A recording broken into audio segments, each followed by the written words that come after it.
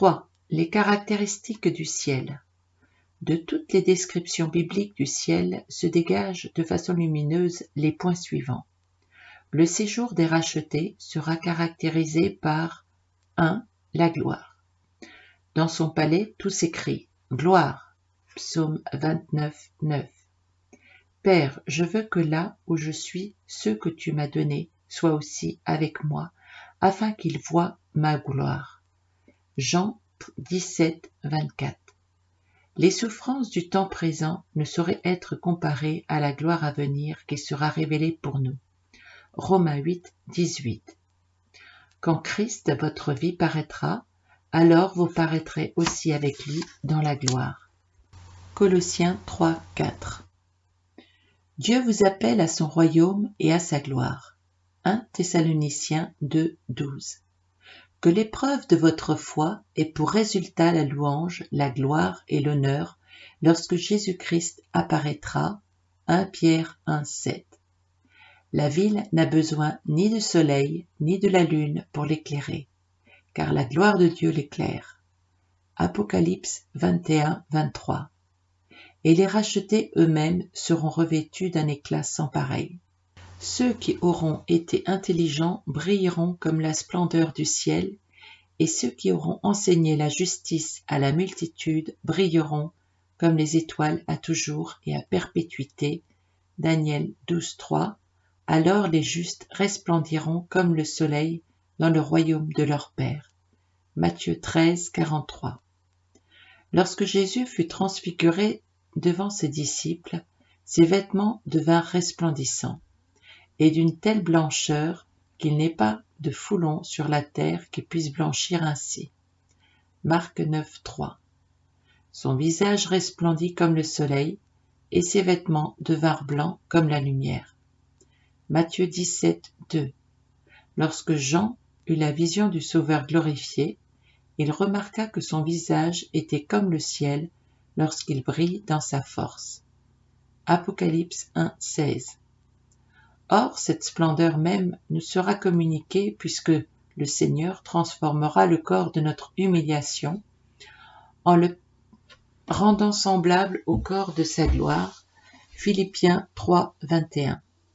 Ainsi sera parfaitement achevée l'œuvre dont parle Paul, nous tous qui le visage découvert, contemplons comme dans un miroir la gloire du Seigneur, nous serons comme transformés en la même image, de gloire en gloire, comme par le Seigneur l'Esprit. 2 Corinthiens 3, 18. Une chose extraordinaire est que, si le Seigneur nous a révélé de sa gloire, nous contribuerons nous-mêmes à la sienne. En effet, a été créé pour être l'image et la gloire de Dieu. 1 Corinthiens 11, 7. La rédemption parfaite des croyants, chef-d'œuvre de la puissance et de l'amour divin, contribuera par-dessus tout à exalter le nom du Sauveur.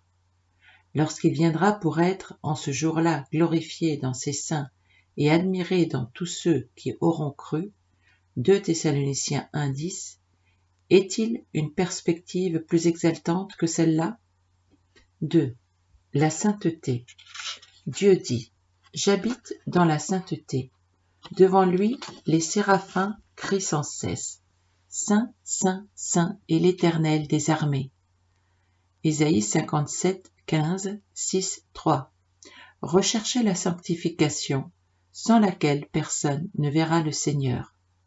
Hébreux 12, 14. Il n'entrera chez elle, dans la cité céleste, rien de souillé. Apocalypse 21, 26. Quel soulagement après la souillure qui nous a sans cesse environnés et contaminés sur cette terre. Wesley mourant disait « Oh, habiter un pays où nous ne péchions plus et où nous ne voyons plus pécher. » Et nous aussi, nous nous écrirons avec le psalmiste « Nous nous rassasierons du bonheur de ta maison, de la sainteté de ton temple. » Psaume 65, 5. 3. La beauté. Déjà les œuvres de Dieu sont magnifiques dans la création. Les cieux racontent la gloire de Dieu, que ton nom est magnifique sur toute la terre. Psaume 19, 2, 8, 2. Mais la création spirituelle est bien plus belle encore. Son œuvre n'est que splendeur et magnificence, et sa justice subsiste à jamais. Psaume 111, 3. La cité céleste d'Apocalypse 21-22 est rayonnante de beauté, bien qu'elle ne soit elle-même qu'un reflet. Car ce qui fait la splendeur du ciel, c'est la beauté de Dieu lui-même, source de toute magnificence. De Sion, beauté parfaite, Dieu resplendit. Psaume 52. Parais dans ta splendeur, toi qui es assis sur les chérubins. Fais briller ta face, et nous serons sauvés. Psaume 82, 4. Je dirai la splendeur glorieuse de ta majesté. Je chanterai tes merveilles. Psaume 145, 5. Tes yeux verront le roi dans sa beauté. Ésaïe 33, 17. Sin et Darby second dit, dans sa magnificence, cette beauté sera d'ailleurs empreinte sur nos fronts. Satan lui-même, avant sa chute, était en Éden, parfait en beauté, mettant le sceau à la perfection. Ézéchiel 28, 12. Adam et Ève, sortis des mains du Créateur, étaient certainement aussi sans aucun défaut, bien plus encore qu'Absalom, Genèse 1, 31. 2 Rois 14, 25. Lorsque tous les croyants seront devenus glorieux, sans tache ni ride, ni rien de semblable. Éphésiens 5, 27. Il est permis de penser que non seulement leur esprit sera parvenu à la perfection morale, mais que leur corps nouveau sera lui aussi d'une radieuse beauté. Ce corps ne doit-il pas ressusciter incorruptible, glorieux et plein de force? 1 Corinthiens 15, 43. 4. L'immortalité. Dieu seul possède l'immortalité. 1 Timothée 6, 15. Il délivre tous les croyants de la seconde mort, qui est l'enfer perpétuel, et leur communique la vie éternelle. Apocalypse 26. Leur âme pécheresse est ressuscitée par la régénération. Jean 5, 24. Tandis que leur corps mortel reçoit l'immortalité à l'avènement du Seigneur. 1 Corinthiens 15, 53. Ainsi la mort première n'est plus, car elle a été engloutie dans la victoire. 1 Corinthiens 15, 26, 54. Pour les habitants du ciel, il n'y aura plus jamais ni deuil, ni séparation aucune. Apocalypse 21, 4.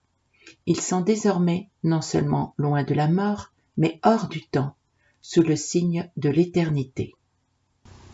5. La clarté. Lève-toi, sois éclairé, car ta lumière arrive, et la gloire de l'Éternel se lève sur toi. Voici, les ténèbres couvrent la terre, mais sur toi l'Éternel se lève. Sur toi sa gloire apparaît. Des nations marchent à ta lumière, et des rois à la clarté de tes rayons. Ce ne sera plus le soleil qui te servira de lumière pendant le jour, ni la lune qui t'éclairera de sa lueur. Mais l'Éternel sera ta lumière à toujours. Ton Dieu sera ta gloire, ton soleil ne se couchera plus. Ésaïe 60, 1, 3, 19, 20. La ville n'a besoin ni du soleil, ni de la lune pour l'éclairer, car la gloire de Dieu l'éclaire et l'agneau est son flambeau. Les nations marcheront à sa lumière. Là, il n'y aura point de nuit. Apocalypse 21, 23 à 25. Comment en serait-il autrement dans le séjour du Dieu qui est lumière? 1 Jean 1, 5. Dans la maison du Père des Lumières, Jacques 1, 17. Dans la patrie de celui qui a dit « Je suis la lumière du monde ». Jean 8, 12. Au premier jour de la création physique, Dieu dit « Que la lumière soit, et la lumière fut ». En Christ, il nous a appelés des ténèbres à son admirable lumière. 1 Pierre 2, 9. Et nous rend capables d'avoir part à l'héritage des saints dans la lumière. Colossiens 1, 12. Autrefois nous étions ténèbres, mais maintenant c'est nous-mêmes qui devenons lumière dans le Seigneur. Éphésiens 5, 8. Toutes ces affirmations signifient tout d'abord que dans le ciel tout sera clair, pur et transparent. Il n'y aura plus rien qui doive ou qui puisse se dissimuler dans les ténèbres. Mais d'autre part, rien ne demeurera dans l'ombre de l'ignorance. Les moyens humains de connaissance et d'investigation seront dépassés. Il n'y aura plus de nuit, et ils n'auront besoin ni de lampe ni de lumière, parce que le Seigneur Dieu les éclairera. Apocalypse 22, 5. Aujourd'hui, nous voyons au moyen d'un miroir, d'une manière obscure, mais alors nous nous verrons face à face. Aujourd'hui, je connais en partie, mais alors je connaîtrai comme j'ai été connu. 1 Corinthiens 13, 12. Ainsi, plus de questions sans réponse, de doutes troublants, de problèmes insolubles. Plus de pourquoi angoissants, plus d'ignorance, plus d'erreur. Enfin, nous verrons face à face celui qui est la vérité même. Nous pouvons dès maintenant faire nôtres les derniers mots prononcés par Guizotte sur son lit de mort. Enfin, je vais savoir. 6. L'unité. En Dieu, tout est harmonie et unité. Le Père et le Fils sont un, et l'univers créé forme un tout merveilleusement agencé et cohérent. Lorsque les dernières traces de révolte auront été réprimées, tout rentrera dans l'ordre le plus parfait. La création sera affranchie de la servitude de la corruption. Romains 8, 9, 22. Dieu achèvera d'exécuter son dessein éternel de réunir toutes choses en Christ, celles qui sont dans les cieux et celles qui sont sur la terre. Éphésiens 1, 10. Dans le ciel, plus aucune division, ni séparation. Les croyants de l'ancienne et de la nouvelle alliance sont réunis dans la céleste cité. Apocalypse 21, 12, 14. Tous ont part ensemble au banquet du royaume de Dieu. Luc 13, 28, 29. Les sectes n'existent plus. Les barrières qui séparaient les véritables croyants sont tombées. Le corps de Christ est enfin manifesté dans son unité. Mais pourquoi cela serait-il seulement pour l'autre monde? Si nous devons passer l'éternité ensemble, ne serait-il pas urgent que dès ici-bas nous apprenions à nous aimer, à nous comprendre et que le monde en soit témoin? Le péché contre l'unité est l'un des plus graves, car il est suffisant pour ruiner le temple de Dieu que nous constituons ensemble. 1 Corinthiens 3, 17. Faudra-t-il que le Seigneur recourt à la fournaise de la persécution et du jugement pour fondre ensemble tant de lingots séparés et les débarrasser de leurs scories? 7. La perfection. Depuis la chute, tout est imparfait ici-bas. Bientôt viendra ce qui est parfait. 1 Corinthiens 13, 10. Les esprits des justes parviennent à la perfection. Hébreux 12, 23. Celui qui a commencé en vous cette bonne œuvre la rendra parfaite pour le jour de Jésus-Christ. Philippiens 1, 6. Le Dieu de toute grâce vous perfectionnera lui-même. 1 Pierre 5, 10. Nous sommes dès maintenant enfants de Dieu. Bientôt nous serons semblables à lui parce que nous le verrons tel qu'il est. Quiconque a cette espérance en lui se purifie comme lui-même est pur. 1 Jean 3, 2, 3. Ce n'est pas sur la terre que nous atteignons cette perfection entière, car ici il nous reste toujours quelques progrès à réaliser. Philippiens 3, 12, 14. Dieu n'a pas permis d'autre part que les héros de l'ancienne alliance parviennent sans nous à la perfection. Hébreux 11, 39, 40. Nous recevrons tous ensemble ce couronnement de notre vie spirituelle à l'avènement du Seigneur. L'idée de la perfection implique aussi, croyons-nous, que notre personnalité parvienne dans le ciel à son total épanouissement. Sur la terre, rares sont ceux qui peuvent mettre en valeur tous leurs dons. Que d'enfants très intelligents n'ont jamais eu la chance d'étudier? Que d'hommes vraiment capables n'ont jamais trouvé l'occasion d'utiliser toutes les ressources qui sommeillaient en eux? Un jour, pour les croyants, toutes ces richesses seront pleinement manifestées et utilisées. Pour l'instant, nous ne sommes encore que des enfants. Alors nous parviendrons à la maturité et à la plénitude de l'homme devenu parfait en Christ. Voyez Éphésiens 4, 13, 14, Colossiens 1, 28. Répondons ici à une question souvent posée. Les enfants morts tout jeunes seront-ils encore des enfants dans le ciel? Aucun texte ne permet de le dire. Au contraire, nous semble-t-il, en quittant ce monde, aucun de nous ne peut se vanter d'être déjà parvenu à la perfection, à la mesure totale de la stature de Christ. Nous venons de le remarquer. Ce qui manquera à ce plein développement nous sera accordé par la grâce divine au retour de Christ. Tous nous lui serons faits semblables parce que nous le verrons tel qu'il est. Nous aurons tous un corps parfait, semblable au corps de sa gloire. Philippiens 3, 21. Ce miracle de pleine maturation physique et spirituelle ne sera en somme guère plus grand pour le Seigneur, s'il s'agit d'une personne plus jeune ou plus âgée. Dieu sait parfaitement tout ce qu'il a mis en germe dans une personnalité créée et il a promis de rendre parfait son œuvre pour le jour de Jésus-Christ. Philippiens 1, 6. S'il faut arguer quelque chose du silence de l'Écriture, remarquons qu'aucune description biblique ne nous montre des enfants jouant dans les célestes parvis. 8. L'amour. Si le ciel est la présence de Dieu, il aura toutes ses perfections. Il sera en tout cas le séjour du parfait amour. On demandait à un petit garçon ce qu'était le ciel. Sa réponse fut l'endroit où tout le monde aime tout le monde. Les prophéties, les langues, la connaissance prendront fin, tandis que l'amour ne périt jamais. 1 Corinthiens 13, 8. Dieu lui-même est amour, et il en remplira le ciel tout entier.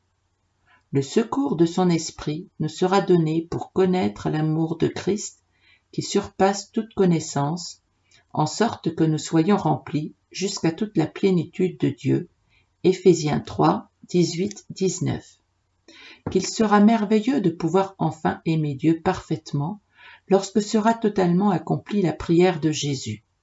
Je leur ai fait connaître ton nom, afin que l'amour dont tu m'as aimé soit en eux, et que je sois en eux. Jean 17, 26. 9. La joie. Dès ici-bas, le fruit de l'esprit, c'est l'amour, la joie, la paix. Combien plus en sera-t-il ainsi dans la présence de Dieu? La joie est la caractéristique du croyant, et un croyant triste est un triste chrétien. C'est pourquoi nous lisons « Je vais créer de nouveaux ciels et une nouvelle terre. Réjouissez-vous plutôt et soyez toujours dans l'allégresse à cause de ce que je vais créer. Car je vais créer Jérusalem pour l'allégresse et son peuple pour la joie. Je ferai de Jérusalem mon allégresse et de mon peuple ma joie. L'Éternel met son plaisir en toi. Ainsi tu feras la joie de ton Dieu. Les rachetés de l'Éternel retourneront. Ils iront à Sion avec chant de triomphe, et une joie éternelle couronnera leur tête. L'allégresse et la joie s'approcheront, la douleur et les gémissements s'enfuiront. Ésaïe 65, 17, 19, 62, 4, 5, 35, 10. Si de telles promesses se réalisent en grande partie lors de la restauration terrestre d'Israël, qu'en sera-t-il dans la Jérusalem céleste? Pousse des cris de joie, fille de Sion, pousse des cris d'allégresse, Israël. Réjouis-toi et triomphe de tout ton cœur, fille de Jérusalem. L'Éternel a détourné tes châtiments. L'Éternel, ton Dieu, est au milieu de toi comme un héros qui sauve. Il fera de toi sa plus grande joie. Il gardera le silence dans son amour. Il aura pour toi des transports d'allégresse. Sophonie 3, 14, 17.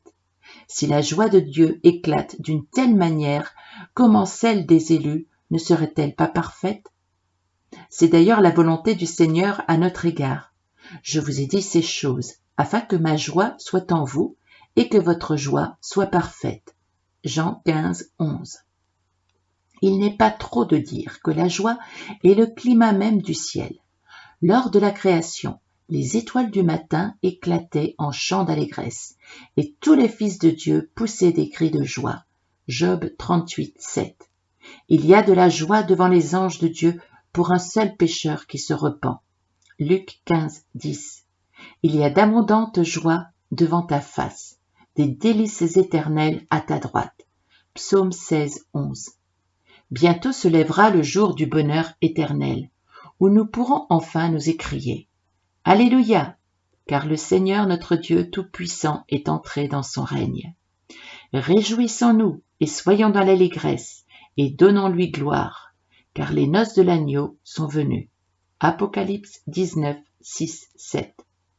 Poussez vers l'Éternel des cris de joie, servez l'Éternel avec joie, venez avec allégresse en sa présence, entrez dans ses portes avec des louanges. Psaume 11, 1, 4.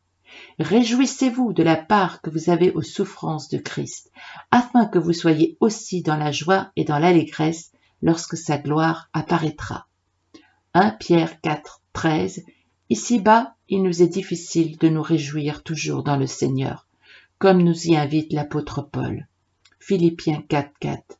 Mais dans le ciel, notre joie sera sans crainte ni arrière-pensée. Elle sera aussi parfaite et éternelle que celle de Dieu lui-même. 10. La consolation. Si nous jouissons d'une telle joie, c'est que notre cœur sera pleinement consolé de toutes les souffrances d'ici-bas. Cette consolation nous est constamment promise par l'Écriture. Heureux les affligés, car ils seront consolés. Matthieu 5, 4. Dieu est appelé le Dieu de toute consolation. 2 Corinthiens 1, 3. Consolez, consolez mon peuple, dit votre Dieu. Cieux, réjouissez-vous. Terre, sois dans l'allégresse. Montagne, éclatez en cris de joie. Car l'Éternel console son peuple. Il a pitié de ses malheurs. Vous serez portés sur les bras et caressés sur les genoux. Comme un homme que sa mère console, ainsi je vous consolerai. Ésaïe 41, 49, 13, 66, 12, 13. Transporté par les anges dans le sein d'Abraham, le pauvre Lazare y est aussitôt consolé. Luc 16, 22, 25. Et dans la sainte cité, Dieu essuiera toutes larmes de leurs yeux, et la mort ne sera plus. Et il n'y aura plus ni deuil, ni cri, ni douleur, car les premières choses ont disparu. Apocalypse 21, 4. Comment ne serions-nous pas dès maintenant soulagés dans nos souffrances par de si consolantes perspectives? 11. Le bonheur parfait. Est-il besoin de dire qu'au ciel, tous nos désirs seront satisfaits et que nos cœurs déborderont de la plus parfaite félicité? 9 fois, Jésus proclame heureux ceux qui souffrent et vivent ici-bas selon sa loi. Matthieu 5, 3, 11. Que dira-t-il des vainqueurs admis pour toujours dans la présence du Seigneur? Heureux et saints ceux qui ont part à la première résurrection. Celui qui est assis sur le trône dressera sa tente sur eux. Ils n'auront plus faim, ils n'auront plus soif, et le soleil ne les frappera point, ni aucune chaleur. Car l'agneau qui est au milieu du trône les paîtra et les conduira aux sources des eaux de la vie, et Dieu essuiera toute larme de leurs yeux. Apocalypse 26, 7, 15, 17. 12. L'éternité. Ici-bas, tout est limité par le temps. Tout commence et tout finit. Nous souffrons de voir les plus belles choses ne durer que l'espace d'un matin, et nous voudrions souvent arrêter le vol rapide des heures. D'autres fois, nous aimerions au contraire supprimer les délais qui rongent notre vie fugitive et faire tourner plus vite nos horloges. Sur la terre et dans la vie moderne, toujours plus nous sommes harcelés par le manque de temps. L'homme est insatiable d'action, de jouissance, de possession. Si les jours étaient de 48 heures, il en réclamerait aussitôt de 96. Force-nous est donc pour l'instant d'accepter avec philosophie cette limitation et faute de temps de laisser tomber tant de choses qui nous passionneraient. Le mieux que nous puissions faire est de racheter le temps, de bien compter nos jours, puisque nous en avons si peu. Éphésiens 5, 16, Psaume 90, 12. Par contre, quel soulagement et quelle joie de penser que, dans le ciel, il n'y aura plus de temps, plus de hâte, plus de délai, plus de perte ni de manque de temps, plus d'interruption brutale des moments les plus beaux, car tout sera devenu à l'image de l'Éternel. Les élus jouiront de la vie éternelle, Jean 3, 16. Ils régneront au siècle des siècles, Apocalypse 22, 5. Ils ne seront plus séparés de Dieu à jamais, 1 Thessaloniciens 4, 17, Romains 8, 38, 39.